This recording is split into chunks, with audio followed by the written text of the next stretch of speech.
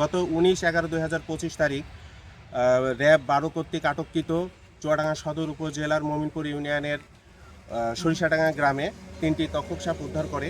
যে 3টা তক্ষক সাপ পরবর্তীতে বন বিভাগ, কুষ্টিয়া সামাজিক বন বিভাগের আন্ডারে চুয়াডাঙ্গা রেঞ্জ কর্মকর্তার চুয়াডাঙ্গা সদর উপজেলায় যেটা রাখা হয়, হস্তান্তর করা হয়।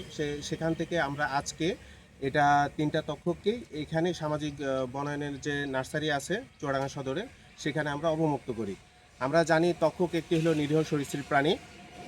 এই প্রাণীটা সম্পর্কে ভ্রান্ত একটা ধারণা দিয়ে যে চীন বা ভিয়েতনামে সুন্দরভাবে সেখানে ওষুধ তৈরি হয়, আর যেগুলার মরণ ব্যাধির ওষুধগুলো তৈরি হয়, এর একটা ভ্রান্ত ধারণা দিয়ে বাংলাদেশ থেকে এটা টোটালি দীর্ঘদিন যাবৎ হলো পাচার হয়ে আসছে। আপনারা অবগত আছেন যে এইভাবেই কিন্তু বনরুই, যেটা আমাদের সম্পদ ছিল, একটা রত্ন ছিল, প্রাকৃতিক রত্ন, সেটাও কিন্তু আজ নিশ্চিহ্নর পথে।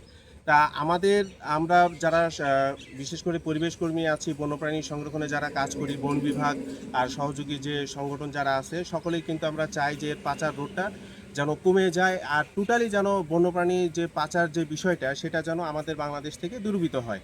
সেই সাথে সাথে আরেকটা বিষয় যে আমরা শুধু তক্ষকই না, তক্ষকের পাশাপাশি আরও কিছু মহামূল্যবান যে প্রাকৃতিক রত্নগুলো আছে, এগুলোও কিন্তু এখন দিন দিন পাচারের তালিকায় চলে যাচ্ছে।